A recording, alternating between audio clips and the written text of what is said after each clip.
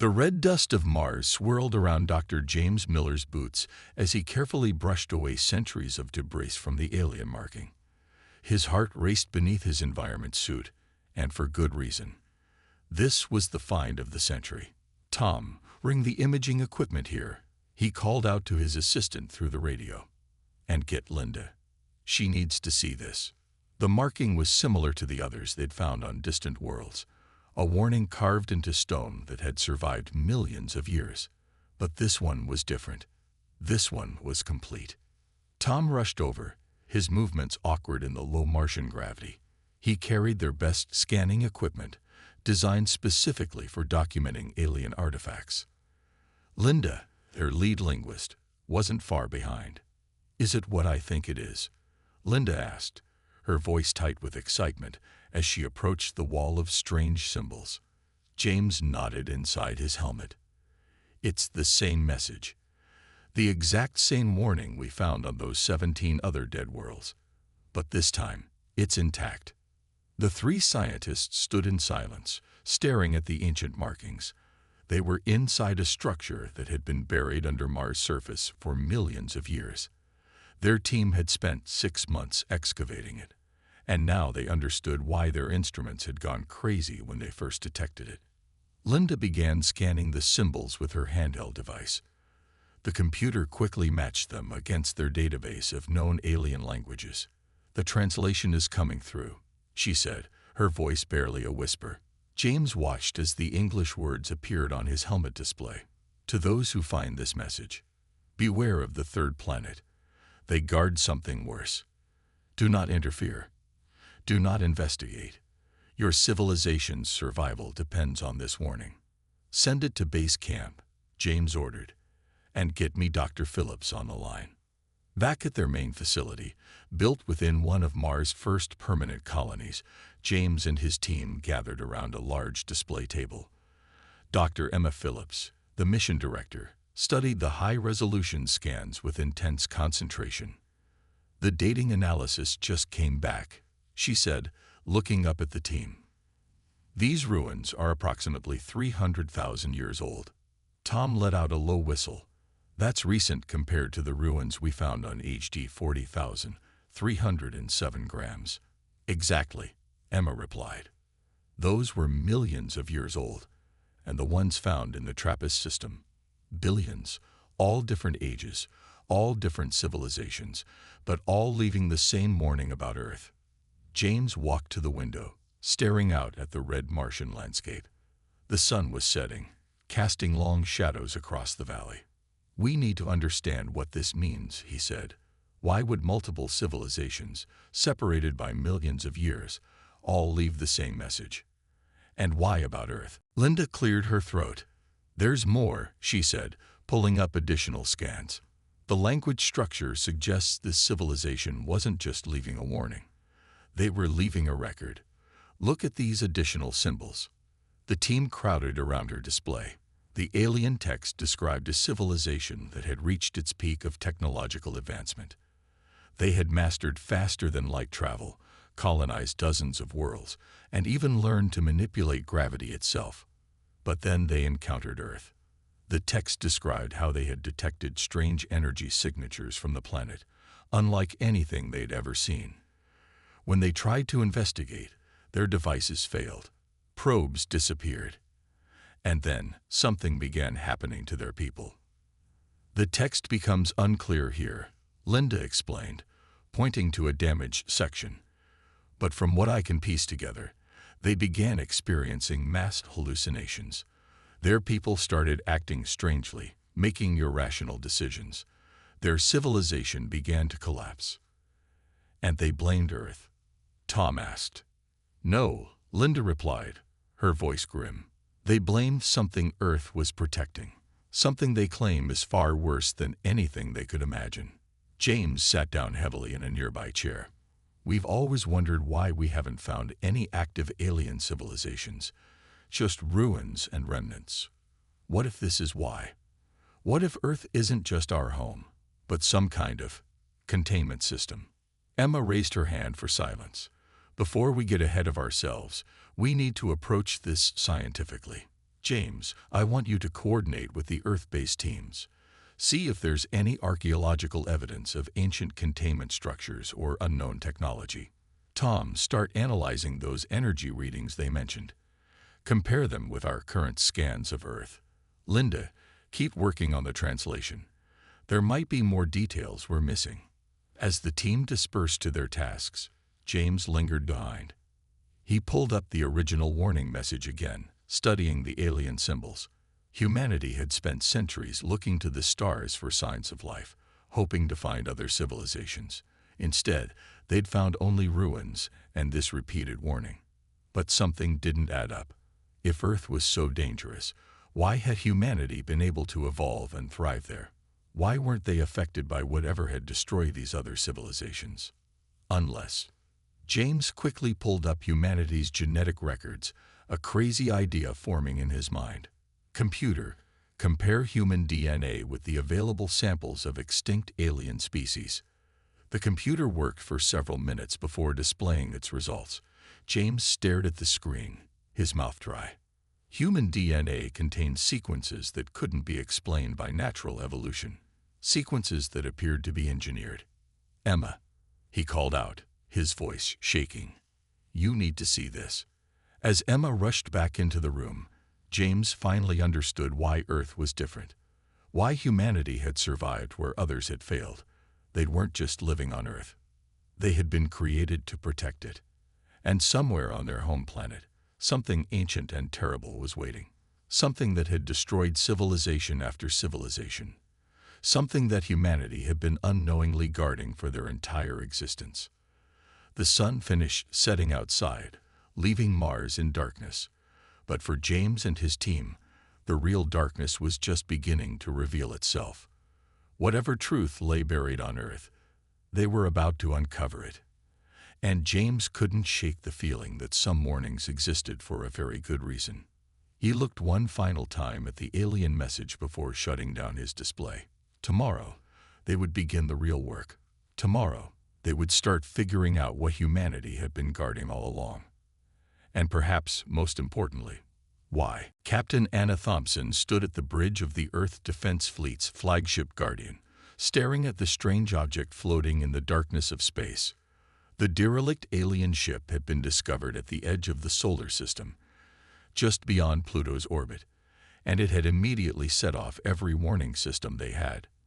Status report, she ordered, keeping her voice steady despite her racing heart. The ship appears to be dead, Captain, replied John, her chief engineer. No power signatures, no life signs, but it's huge, easily 3 times the size of our largest vessel. The ship's sleek design was unlike anything they'd seen before. Its hull was covered in strange symbols that seemed to shimmer even though the ship had no power. Any connection to Dr. Miller's findings on Mars? She asked. That's why we called you specifically, Captain, said Mark, her science officer. The symbols match one of the civilizations from the warning messages. Based on initial scans, this ship is about 200,000 years old. Anna nodded slowly. After Dr. Miller's discovery 3 weeks ago, every branch of Earth's military and scientific community had been put on high alert. Finding this ship now couldn't be a coincidence. Prepare a boarding team, she ordered. Full containment protocols. I'll lead it myself. 20 minutes later, Anna floated through the alien ship's massive corridor, accompanied by 5 of her best crew members. Their boots had magnetic locks to help them navigate in the zero gravity, and their suits were designed to protect against any possible contamination. Look at these walls, said Lisa, their xenotechnologist. They're covered in star maps. The team stopped to examine the holographic displays that somehow still functioned without power. The maps showed hundreds of star systems, with certain planets marked in a deep red color. These must be the locations of the other extinct civilizations, Mark said, comparing the maps to their database. Captain, look at this. Earth is marked differently. It's the only planet marked in black. Anna moved closer to the display. Can you download this data? Already doing it, Lisa replied. But there's something else you need to see. We found their main computer core, And while most of it is dead, one system seems to be powered by some kind of eternal battery. It's still running after all this time. The team made their way deeper into the ship, following Lisa's lead. The corridors became narrower, and the walls were covered in more warning symbols, similar to those found on Mars. Finally, they reached a chamber that was different from the others. In the center floated a black cube, about the size of a basketball, slowly rotating in the air. "That's impossible," Mark whispered. "It's generating its own gravitational field." Lisa carefully approached the cube with her scanning equipment. "It's a data storage device, Captain, and it's asking to connect with our systems." Anna considered their options. Standard protocol said they should take it back to Earth for proper containment and study. But something about this felt too urgent. "Connect it," she ordered, "but only to an isolated system." Lisa nodded and pulled out a specialized tablet, designed for situations like this. She established a connection, and immediately the cube's rotation speed increased. Data began flowing across their screens: star charts, historical records, scientific data, and most importantly, logs from the ship's final days. "Captain," Mark said, his voice shaking, "you need to see this. According to these logs, this civilization didn't just die out. They did this to themselves, deliberately." The logs told a chilling story. This civilization had detected strange energy patterns coming from Earth, similar to what they'd found on other worlds before discovering their ruins. But when they investigated, they found something that terrified them so much they chose to end their own civilization rather than risk spreading whatever they discovered. "There's more," Lisa added. "They did extensive studies of Earth before they ended things. According to their data, Earth is much older than we thought. It survived multiple extinction-level events that should have wiped out all life. But life always returned, always evolved, always continued. Almost as if something was ensuring life would continue," Anna murmured. "Something that needed living guardians." The cube suddenly projected a new image, a detailed scan of Earth from 200,000 years ago. It showed energy patterns flowing around the planet in ways that defied known physics, and at certain points, particularly in the deepest parts of the oceans, the energy patterns centered around what appeared to be artificial structures. "Those structures," Mark said, checking dates in the data, "they predate known human civilization by millions of years. But they're still there. Look, here are the same energy signatures in our modern scans of Earth." Anna felt a chill run down her spine. "Send all of this to Dr. Miller's team on Mars, and get me a secure line to Earth Command. They need to know what we found."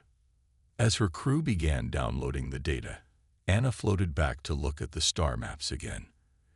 Every red marker represented a dead civilization, some that had existed billions of years ago, others more recently. All had reached a similar level of technological advancement. All had discovered Earth, and all had chosen death over whatever truth they'd found. But Earth remained. Humanity remained. And now Anna understood why the ancient aliens had marked Earth in black on their maps. It wasn't just another world with ruins to explore. It was something else entirely.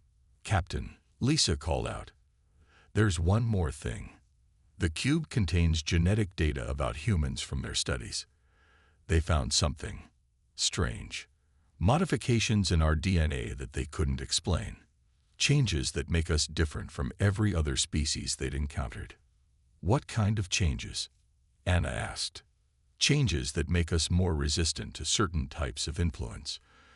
Changes that make us more skeptical, more questioning. Almost as if we were engineered to be guardians," Anna finished. She looked around the ancient ship, at the warnings carved into every surface, at the star maps showing countless dead civilizations. But guardians of what? Her question echoed through the empty corridors of the dead ship, but the answer was waiting for them back on Earth. Deep beneath the waves of their home planet, in structures older than humanity itself, something was buried. Something that had destroyed civilization after civilization. Something they had been created to guard. "Pack it up," she ordered her team. "We're heading back to Earth. Whatever's down there in those deep-sea structures, it's time we found out what we've been guarding all these years." As they made their way back to their ship, Anna couldn't help but wonder if some questions were better left unanswered. But they were past that point now. The truth about humanity's purpose was waiting in the depths of Earth's oceans. And they were going to find it, whether they were ready for it or not. Professor Robert Hayes stared at the DNA sequence floating on his holographic display. After 3 days without sleep, his eyes were burning, but he couldn't stop now. Not when he was so close to understanding the truth. "Play it again," he told his lab computer. "Show me the comparison between modern human DNA and the samples from 100,000 years ago." The display split into 2 parts, showing the DNA sequences side by side. To most people, they would look identical. But Robert wasn't most people. He was one of Earth's leading genetic engineers, and he could see the patterns that others missed. "Stop," he said suddenly. "There. Magnify section 2347. The computer zoomed in on a particular sequence. Robert leaned forward, his tired eyes widening. "It's not natural," he whispered. "None of this is natural." His office door opened, and Dr. James Miller walked in, still looking tired from his flight back from Mars. Captain Anna Thompson followed behind him, her Earth Defense Fleet uniform crisp despite the late hour. "Tell me you found something," James said. Robert nodded slowly. "Oh, I found something all right. You might want to sit down for this." He pressed a button, and the DNA display expanded to fill the room. "Look at these sequences," he said, highlighting several sections. "They're not random mutations. They're engineered changes, introduced into our genetic code over thousands of generations." "What kind of changes?" Anna asked. "The kind that makes us different from every other species we've ever studied," Robert replied. "These sequences affect brain development, particularly the areas involved in skepticism and pattern recognition. They make us naturally resistant to certain types of mental influence." He pulled up another display, showing brain scans. "But here's where it gets really interesting. Remember those energy patterns you found in the alien ship's data? Watch what happens when I expose human brain tissue to similar energy patterns." The simulation showed the energy waves bouncing off the brain tissue, unable to penetrate it. "We're shielded," James said, understanding dawning on his face. "Someone engineered us to be resistant." "Not just resistant," Robert corrected. "We're actively hostile to certain types of influence. That famous human skepticism, our tendency to question everything. It's not a natural trait. We were designed to be this way." The room fell silent as they absorbed this information. Finally, Anna spoke up. "The deep-sea structures. The ones that match the energy patterns. Have we made any progress with those?" James nodded. "That's actually why we came here. The underwater expedition team just sent their first report. They found something at the bottom of the Pacific Ocean." He pulled out his tablet and brought up a series of images. They showed massive structures, built from some black material that seemed to absorb light. The structures formed complex patterns, and at their center was something that looked like a monitoring station. "These structures are still active," James explained. "They're generating energy patterns similar to what destroyed those alien civilizations. But the patterns are contained, focused inward. Almost like they're holding something in," Robert finished, "not keeping others out." Anna stepped closer to the images. "How old are these structures?" "That's the thing," James replied. "We can't date them. They're too old. Our most advanced dating methods can't even begin to measure their age. They could be billions of years old." Robert turned back to his genetic data. "So someone built these structures to contain something. Then they engineered a species, us, to guard these structures. But why? What could be so dangerous that it required billions of years of containment?" Before anyone could answer, Robert's computer chimed. A new analysis had finished running.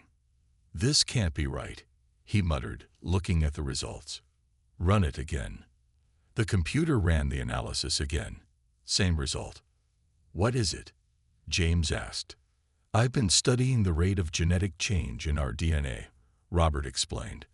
"Based on these calculations, humanity's genetic engineering didn't happen all at once.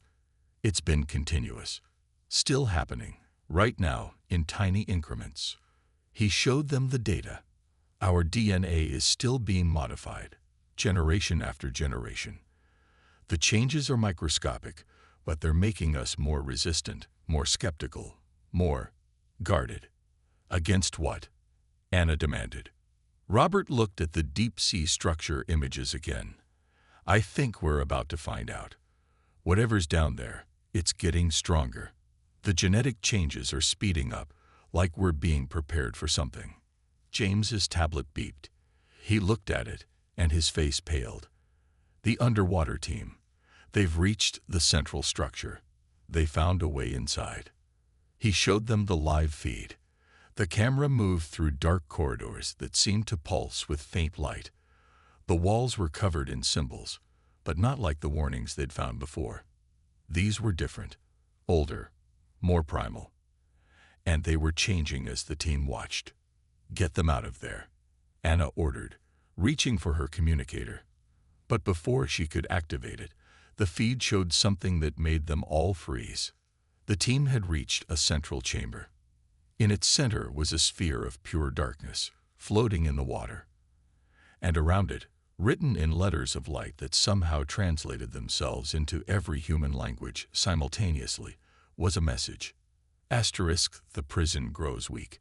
The prisoner grows strong. The guards must be ready." Asterisk. Robert looked at his genetic data, then at the ancient structures, and finally at his companions. "We're not just guards," he said quietly. "We're being prepared for a war. A war that these other civilizations couldn't fight because they weren't made for it like we were." Anna's communicator crackled to life. It was the underwater team leader. "Captain," he said, his voice shaking. "You need to see this. The sphere, it's talking to us. It's showing us things, beautiful things, everything we've ever wanted. Get out." Anna shouted into the communicator, "Get out now." But through the video feed, they could see the team moving closer to the sphere, their movements dreamlike. All except one member, who was backing away, shaking his head as if trying to clear it. "Centuries of genetic engineering," Robert whispered, "all to make us resist exactly this moment." James grabbed the communicator from Anna. "Listen to me. Whatever it's showing you, it's not real. Remember the warnings. Remember why we're different." Through the feed, they watched as the team struggled with themselves. The ones closer to the sphere seemed to be fighting an internal battle, their engineered skepticism warring with whatever promises the sphere was making. Finally, one by one, they backed away, all except the team leader, who reached out toward the sphere. The feed cut out. The three of them stood in silence, staring at the blank screen. Finally, Robert spoke. "Now we know," he said. "We know what we were made to guard against. Something that doesn't kill civilizations. It tempts them, offers them their deepest desires until they destroy themselves trying to reach it. And we're the only ones who can resist it." Anna added, "Because we were made to be guards." "Not just guards," James corrected, looking at the genetic data still floating in the room. "Warriors, and I think our war is just beginning." Commander Mike Foster sat in the advanced deep-sea vessel Nautilus *, watching the dark waters of the Pacific Ocean grow darker as they descended. After the first team's partial failure, Earth's military and scientific leaders had spent 2 weeks preparing for this mission. This time, they would be ready. "Depth check," he called out to his team of 12 specialists. 32,000 feet and descending," replied Susan, their navigation expert. "We're approaching the structure's depth." Mike looked around at his carefully chosen team. Each member had been selected not just for their skills, but for their psychological profile. High skepticism, strong willpower, and most importantly, a natural resistance to manipulation. They were humanity's best defense against whatever waited below. "Remember your training," he said. "Whatever you see down there, whatever it offers you, it's not real. We're here to study the containment facility and find out why it's failing. Nothing more." The team nodded. They had all been briefed on what happened to the first team. Their leader was still in a coma, trapped in some kind of dream state, smiling at things only he could see. "Structure in visual range," Susan announced. The massive black buildings appeared in their lights, rising from the ocean floor like an alien city. The material seemed to absorb their spotlights, making it hard to see the full scale of what they were approaching. "Energy readings are off the charts," said David, their physicist. "The patterns match what we found in the alien ship, but they're much stronger here. And look at this, they're pulsing." Mike studied the readings. The energy patterns were indeed pulsing, like a heartbeat, and they were getting stronger. "Take us to the central chamber," he ordered. "But stop outside. We'll send the drones in first." They navigated through the ancient structures, following the path the first team had mapped. Everything was exactly as reported until they reached the entrance to the central chamber. There, they found something new. "The symbols," David said, pointing at the walls. "They're different from the last report. They're changing." The team watched as the strange markings on the walls shifted and flowed like liquid. As they changed, their meaning somehow translated directly into their minds. Asterisk, the prison bars bend. The darkness seats. What was trapped grows strong again. Asterisk. Mike keyed his radio, connecting to the surface. "Command, are you seeing this?" "We see it," came Professor Hayes's voice. "The genetic changes in the global population are accelerating. Whatever's happening down there, it's affecting people up here. We're getting reports of strange dreams, impossible promises." "Launching drones," Mike announced, cutting off the discussion. They had a job to do. 3 small drones detached from the Nautilus and moved into the central chamber. Their cameras showed the same scene the first team had discovered.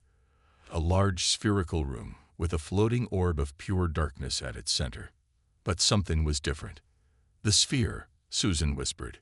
"It's bigger than in the first team's footage." She was right. The dark sphere had grown noticeably larger. And as they watched, thin tendrils of darkness seemed to reach out from it, only to be pushed back by invisible barriers of energy from the chamber walls. "The containment is failing," David said, checking his instruments.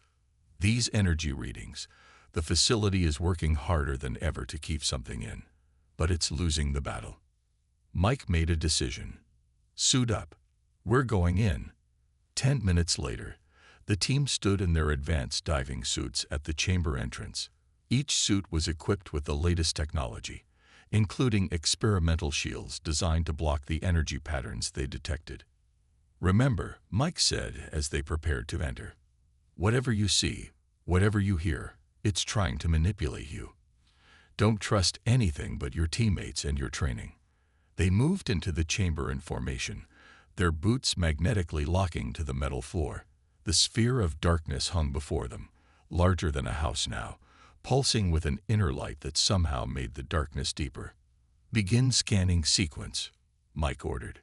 The team set up their equipment, careful not to get too close to the sphere. But as they worked, something changed in the chamber. "Does anyone else hear that?" Susan asked, her voice tight. Mike heard it too, not with his ears, but in his mind. A whisper, offering him everything he'd ever wanted. He saw visions of his dead wife, alive again. His children who had never been born, growing up happy. A world where he had made different choices. "Focus," he shouted, both to himself and his team. "It's not real." But the whispers grew stronger. The sphere pulsed, and with each pulse, the visions became more vivid, more tempting. David's voice came over the radio, strained but analytical. "The facility. It's not just a prison. It's a seal. The beings who built it, they didn't just trap something physical here. They trapped an idea, a possibility. What kind of possibility? Mike asked, fighting against a vision of a perfect world. The possibility of everything you've ever wanted, David replied. But not earned, not worked for, just given. Pure reward without meaning, pure pleasure without purpose, the death of struggle, of growth, of everything that makes us human. A tendril of darkness reached out toward them, and for the first time, their shields failed to stop it. The moment it touched their suits, the visions intensified. Mike saw himself as a god, reshaping the world as he pleased.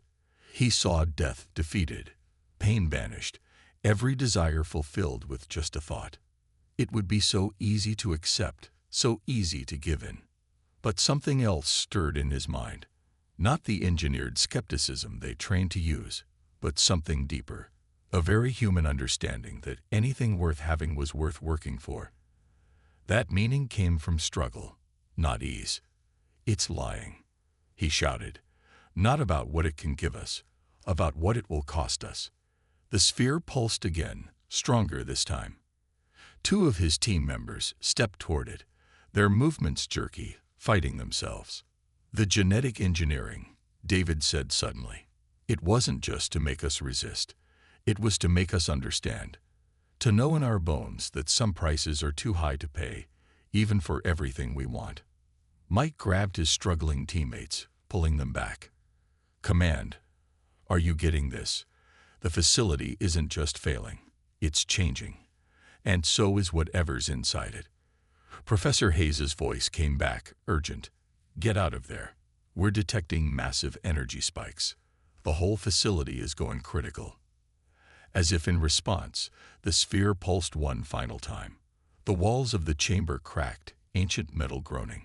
The darkness reached out with 100 tendrils. Fall back, Mike ordered. Back to the ship. Now. As they retreated, Mike looked back one last time. The sphere had grown again, and in its depths, he saw not just darkness, but possibilities. Infinite possibilities, each more tempting than the last. And he understood at last what humanity had been guarding all these years.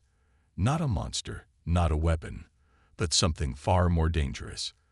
The power to have everything you want, without earning it. The death of purpose itself. The team reached the Nautilus asterisk just as the chamber began to collapse. As they ascended toward the surface, Mike knew that their real fight was just beginning. Because the prison was failing, and only humanity stood between reality and a power that had destroyed civilizations by giving them exactly what they thought they wanted. The world's leaders gathered in an emergency session as reports flooded in from across the globe. People everywhere were having the same dreams, seeing the same visions, promises of perfect lives, of worlds without pain or struggle, whispered into millions of minds. In the secure command center beneath Geneva, Dr. James Miller, Captain Anna Thompson, Professor Robert Hayes, and Commander Mike Foster faced the gathered officials on giant screens.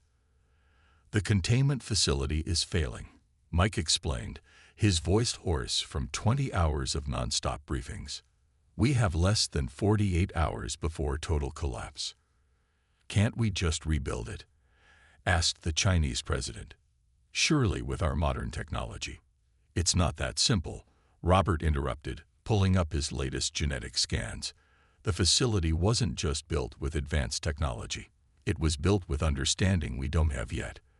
Look at these readings from the general population. The screen showed waves of strange energy washing over Earth. With each wave, human DNA was changing faster, becoming more resistant. We're in an arms race, Robert continued. As the entity grows stronger, our engineered defenses are adapting. But it's not enough. The original builders knew this day would come. They knew the prison wouldn't hold forever. Then what are our options?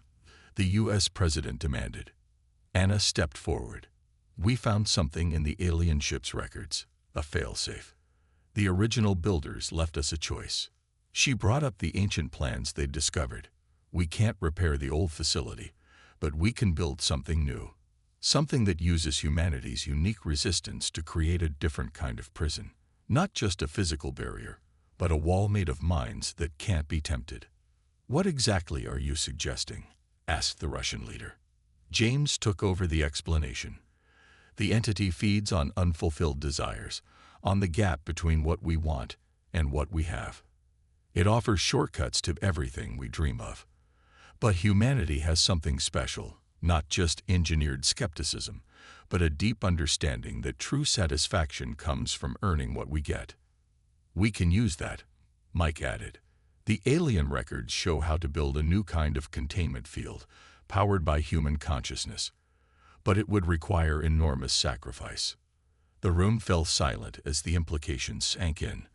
Finally, the Indian Prime Minister spoke. "What kind of sacrifice?" Robert pulled up a new diagram. "Every human on Earth would need to be connected to the containment field. We become living parts of the prison, conscious guards instead of unwitting ones.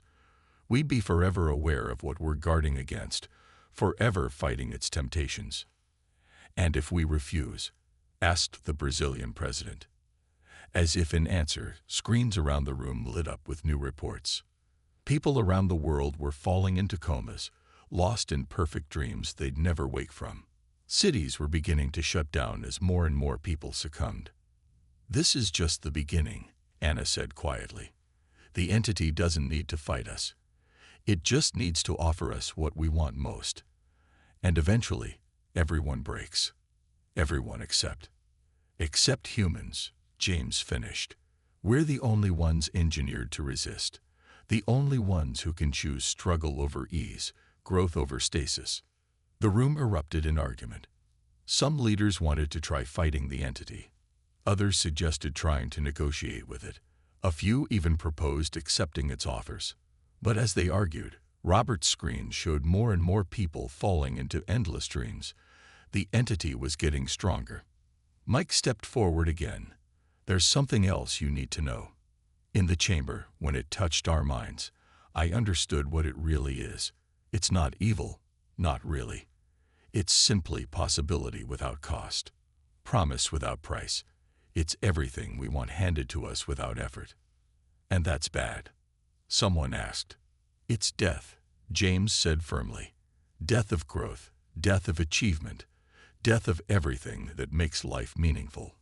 Those civilizations we found, they didn't die. They chose to dream forever instead of live. They lost themselves in perfect worlds where nothing was earned and nothing mattered." Anna brought up the star maps. "Every civilization that came before us made the same choice. Take the easy path. Accept the dreams. But we're different. We were made different. We understand something they didn't." "What's that?" asked the German chancellor. "That the struggle is what gives life meaning," Robert answered. "That earning something matters more than having it. That's what we were engineered to know, what's written into our very DNA." The room fell silent again. On the screens, the number of people falling into endless dreams kept rising. Finally, the Secretary General of the UN spoke. "How long do we have to decide?" "Hours," Mike said. "The entity is almost free. Once it breaks the last barriers, everyone will face its offer, and almost everyone will accept." James pulled up the plans for the new containment field.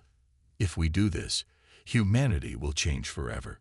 We'll be conscious guards, always aware of what we're fighting, always resisting the perfect dreams it offers. Our children will inherit this burden. We'll never be able to forget what we're guarding against. But we'll be free," Anna added. "Free to struggle, to fail, to achieve. Free to make our own meaning." The leaders looked at each other across their screens. Around them, the world was falling into dreams of perfection. The choice was clear. Accept an easy paradise, or choose a harder path. Guard something terrible, or let it consume everything that made life worth living. One by one, they began to vote. Hours later, as the old facility finally crumbled, something new took its place. Not a physical prison, but a shield of minds. Billions of humans consciously choosing imperfection over false paradise, choosing to guard reality itself against the death of meaning. The entity raged against its new prison, offering ever more tempting dreams. But humanity had made its choice. They would be guards forever, protecting not just Earth, but the very idea that life's meaning comes from struggle and growth. In the years that followed, new civilizations would find Earth. They would see humans fighting constant battles in their own minds, resisting temptations that would destroy most species, and they would leave their own warnings. Do not disturb them. Do not interfere. They guard something worse, but they would never understand the truth. That humanity's greatest strength wasn't in what they were guarding against. It was in what they were guarding for. The right to strive, the right to fail, the right to earn their own way forward. Forever guards, forever fighting, forever choosing the harder path. Because that was what made them human.